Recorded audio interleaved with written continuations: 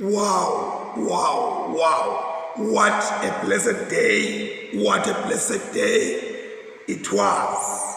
We really give thanks to God for those who have their relatives put to the place of rest, as we were also putting one of our own in this parish of Mkasheni this morning. So we really say, Bazalwane, Bantu Bekaya, we are praying with you, and at the same time, I'm celebrating the wedding of my very own lovely friend, Apostle Sydney Utemba, 1st of September, together with Buisile Nina. We are so grateful to God, also to the men of God, Baba Prophet Kosimpile Lamini from the Bread of Life. We are so grateful to God. Let us pray. God Almighty, our Heavenly Father, continue, Lord, to go before us and make our hearts be kindled with the holy fire. We pray in Jesus' name, amen. We have just read now from the book of Psalms, chapter 38, verse 1 to the end. We also read from the book of the prophet Isaiah, chapter 8, 1 to 15. Then we also read from the Gospel according to St. Matthew, chapter 24, verse 1 to 14.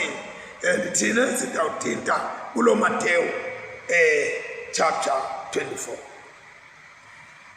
Lapa lo Mateo, chapter 24. Ulanzela ema chapters la ngemuva. Lama chapters la ngemuva, they were not so much lovable chapters. Jesus was at loggerheads with the religious authorities.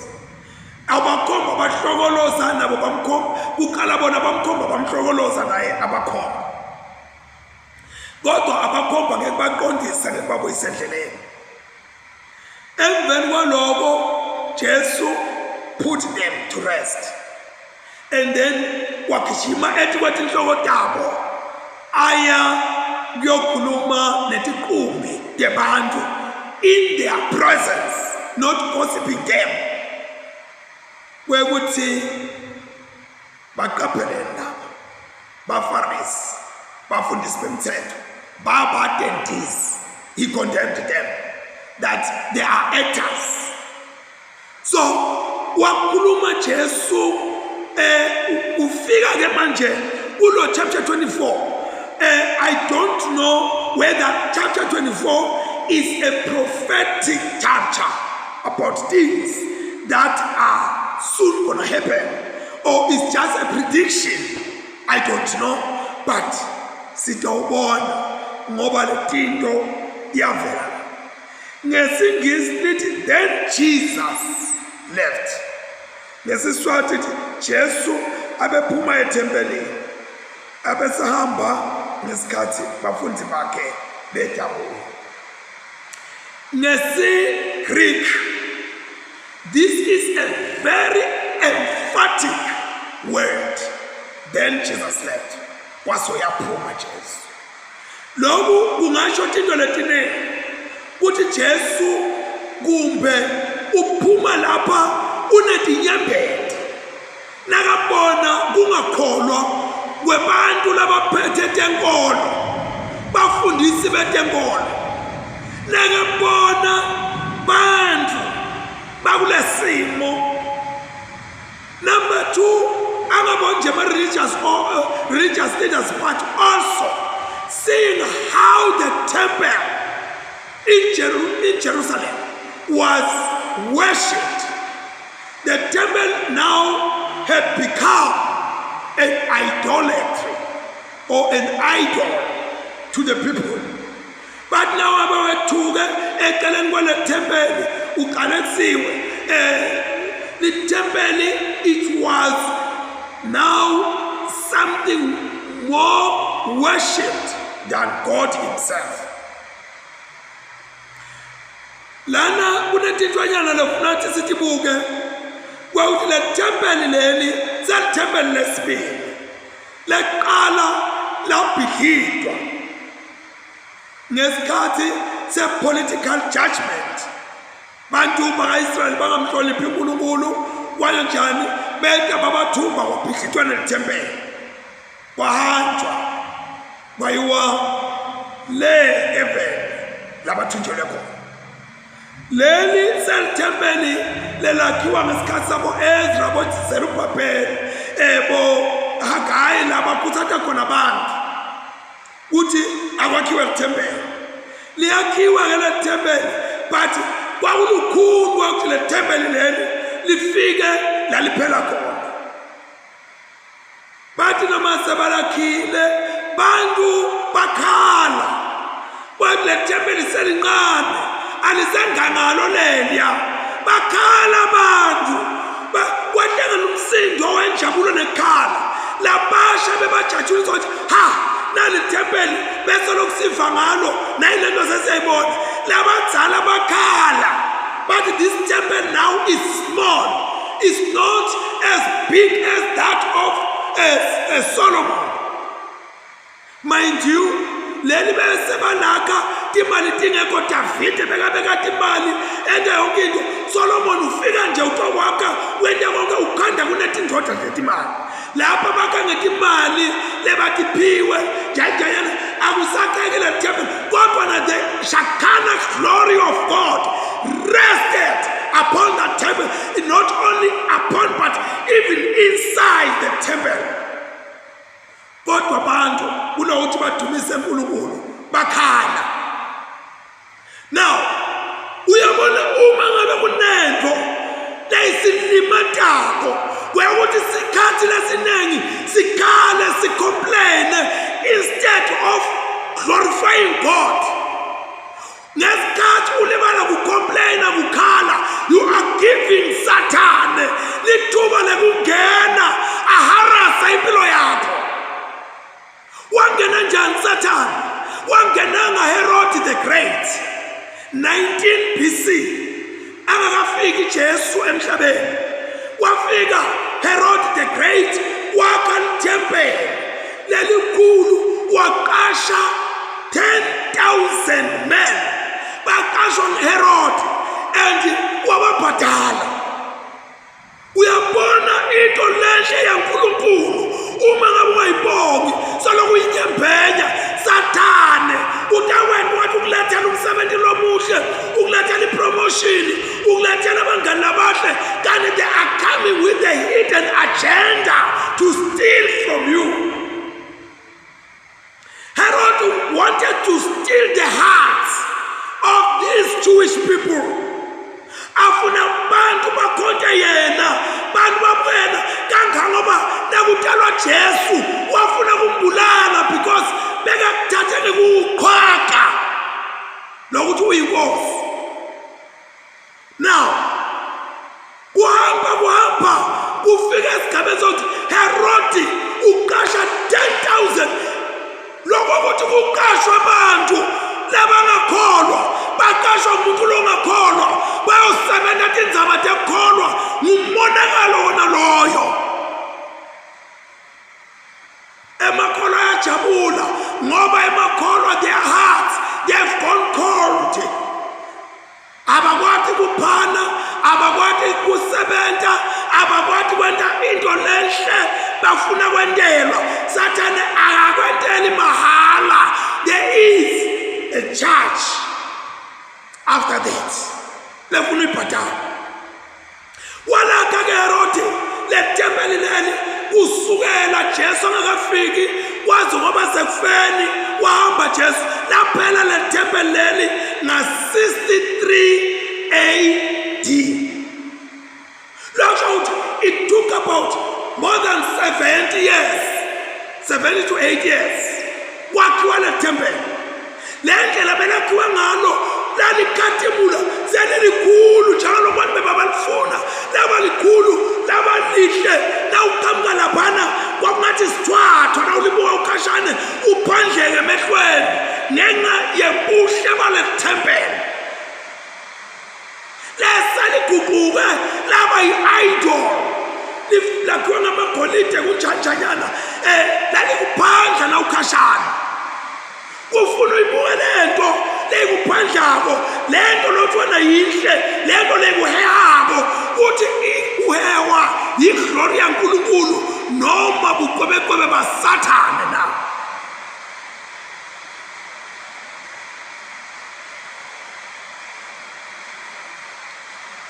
bafundi baJesu ngoba noma babafundi baJesu there was still that dark cloud lebebembonyile emakholwa namuhla noma ngathi ayakholwa there is still that dark cloud ungakhanyiseleki kahle ungatiboni kahle thinto taNkulunkulu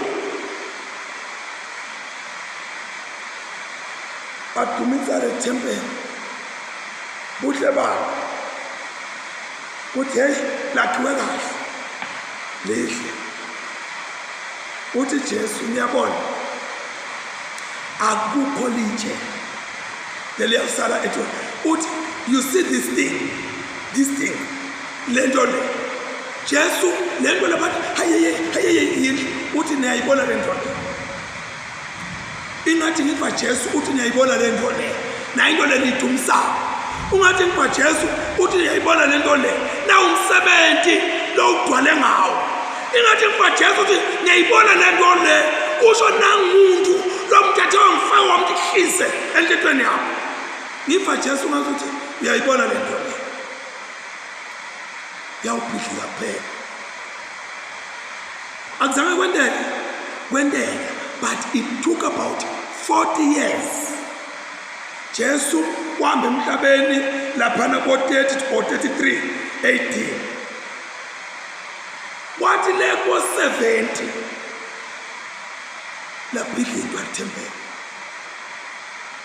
liphihliwa njani ke lethempeli kusuka bantu baka-Israyeli balwatimbi babona bayanqoba bajabula hayi thina sesiyawehlula emaromani bakwehlula lokho sikaqoqana kumaromani bakuhlula lokho sikaqoqana kumaromani sebafuna kuyokulwa nalamanye amaromani alamakhulu ukuthi asiyokwehlula wona khathi amaromani akuhlali nje abashaya le nkosi yayikhona le-empire yayikhona yaseroma ngaleso sikhathi noma lowo mbuselweni akazange afuna ukuthinta kuthempele kwesaba ukuthi angeke ngikuthinte kodwa ngoba live laNkulunkulu nafanele ligcwaliseke liyawugcwaliseka noma bayafuna ukukuloya noma bafuna noma bafuna ukuqosha emsebenzini noma bafuna noma bafuna ukuhlala nawe noma bafuna but ufuna ukuthi ligcwaliseke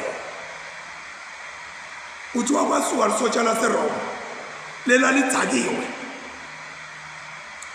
laphela lalahla phansi lesinqamu sokhela lesinqamu wokhela umlilo la ngekhathi ethempelini emajuda ngoba lethempeli laliyindzawo ine-protection bayikholela ukuthi uNkulunkulu ukuthi abavikela nabangekhathi futhi yindzawo leyiqinile bebabaleke bangena la ngekhathi babanengi lalela mina wena wavutha umlilo lahla ithempeli bafa inquphi yabantu bafela ngekhathi lento bebayi-idolizer kulesithixo sabo sithixo sakho sitakubulala utawukufa ufele ngento nayo ubulawe ngilento le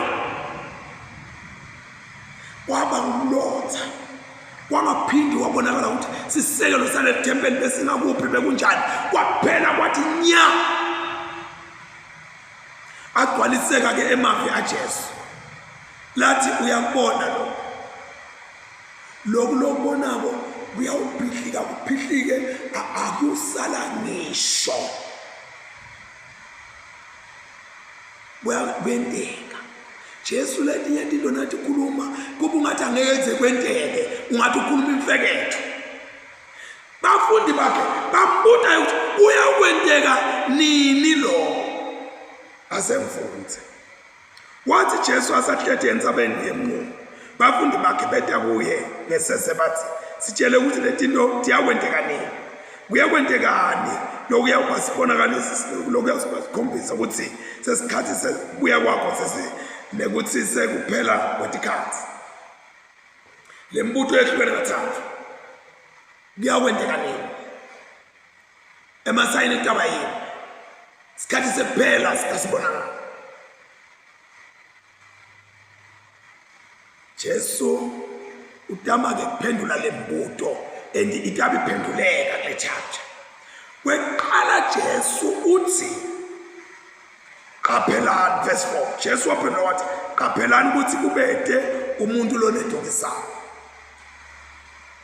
Jesu ukhuluma ngekudukisa bantu laba bekhona batodukisa lebo is it 1846 or 48 angisakhumbule kahle but ukholela khona abantu kodwa Jesu uyabuya bayubhenda abantu balungiselelanga wasuka Jesu wangabuya abantu balimala emoyeni kwaba lakhona ke kuqala letinye inkolo uthi hayi Jesu akanobuya ngilomhlaba nje lo awushintsha sibeze thina siphila kahle sibanjanjanyana singena kule tindlu lethi talapha kwenjani that was lokuqamba emanga uprofeti emanga ukuthi Jesu vele sokutshelile wena ubuya manje ulimata inqumbi yebantu yekela lo uthi ke Jesu qaphelani ningedukisi bantu bayasidukisa into lengiyona imqoka uqaphe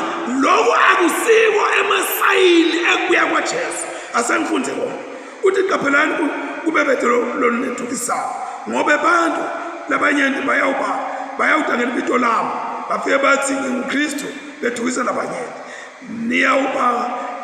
niyawuva ngetimpi nangemayemem etimpi qaphelani ningethuki ngobe lokho kufanele kwenteke kodwa umhlaba kuphela uyabe ungakefiki ngobe sive siyawuvukelela esinye sive nembuso vukelela omnye umbuso kuyawuba khona tindlala utamatama kwemhlaba tindzawo ngetindzawo konke lokhu uqala kwemhelo ngifuna nje lokho akathi Jesu letimpi lotivako lokutamatama kwemhlaba lokuvako sakuphela kwetikhathi uthi Jesu kwaqala siqaphele kudukisa kwesibili lana utakwendeka tindlala kuvukelana kwembuso tamatama uthi lokho kuqala kwemhelo uyabona ngike ngawubona ngifakazi we first hand information ukuthi umhelo nawuphatha lo mthethe ato sokutawuta umntwana wenda njani umhelo uyaqala uthi heko uhambe kumbe kuphele emavili amabili noma lamathathu ubuye uthi heko phele liviki nemalanga ubuye uthi heko kuphele liviki ubuye uthi heko kuphele malanga bese uya ngokuya bese kuthatha ama-intervals kuyasondela sigcino sekusho ukuthi akasanasondela kodokotela uthi ke Jesu konke lokhu kutakwendeka kodwa kuqala kwemhelo uma ngabe sofa uthi lapha sibavukelela lapha lapha sibavukelela lapha sibavukelela sekwenteka manje ama-intervals uvethi uzamazama lapha wazamazama lapha sezamazama lapha uzamazama kuphi uve indlela laphayana yala sale sofa ngalama intervals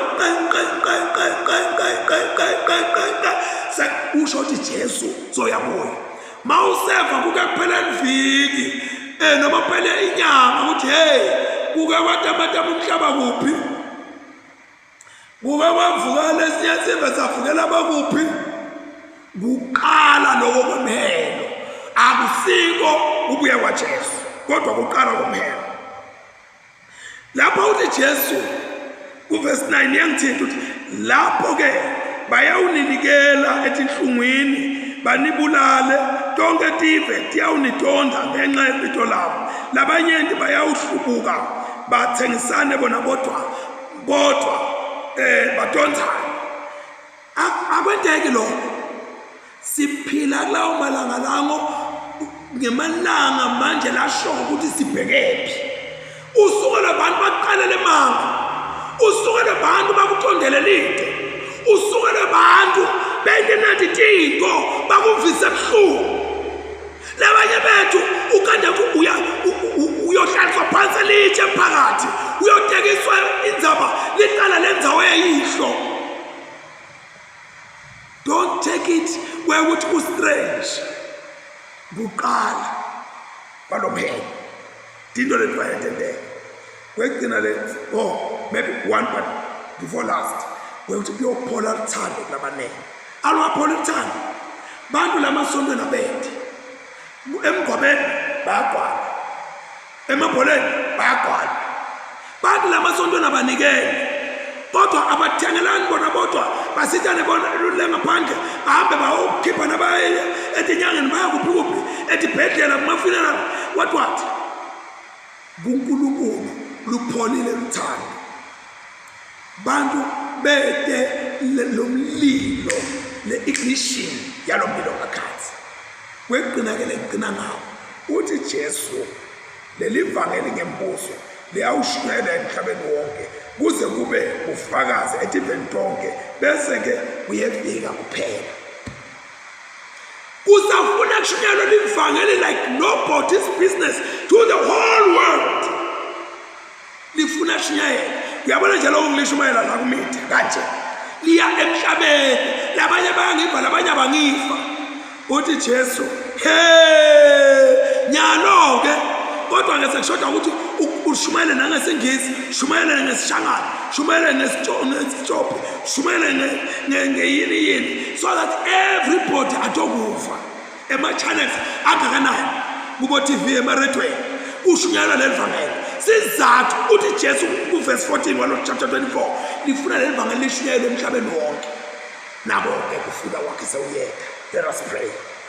God Almighty, our Heavenly Father, I really appreciate, oh God, kwekuthi usitshele namuhla Nkosi kwekuthi uma ngabe sigoqedandla emahedeni atokutikasha ekatosentela tintfo letinto latendako tiyakukansula wena Jesu sifundise Nkosi kwekuthi sisebenze ngetandla sisebenze sitikandle Nkosi sifundise nokuthi singadukiswa singabe how Jesus soyabuya umhlaba utamatamile kuphi indlala ikhona kuphi bantu bavukelwe kuphi uthi Jesu leli vangeli ngembuso lifuna lishiyelwe emhlabeni wonke andu kuba abuye Jesu sisithe Nkosi silemukele sile treasurishe sibese siya propagate to the nations. This we pray in Jesus' mighty name, amen. And may the good Lord continue to watch over you and bless you. May he make his face shine on you and be gracious to you. May he look kindly on you and grant you inner peace, such that the peace of God that passes beyond all understanding will keep our heart and our mind in the love and knowledge of God and of his dear Son, our Lord and Savior Jesus Christ. The blessing of God Almighty, Father, Son, and the Holy Spirit will remain with us all, now and forevermore. Amen. Thank you. Ngiyambonga naNkulunkulu kakhulu kwekuthi anginikele isikhathi la ngaphandle lentakuna lenta nekumanyamanyata so ngiyabonga kakhulu kuNkulunkulu ukuthi angenele umusa ngikhona kufika emaphethelweni. Be blessed mntana sekhaya. Mahlubi, thank you so much. You are such a blessing. Continue to be a blessing, my friend, and such messages ayangibusisa. Amen. Babelongcwele sesibongile egameni likaJesu. Sibonga kakhulu Nkosi.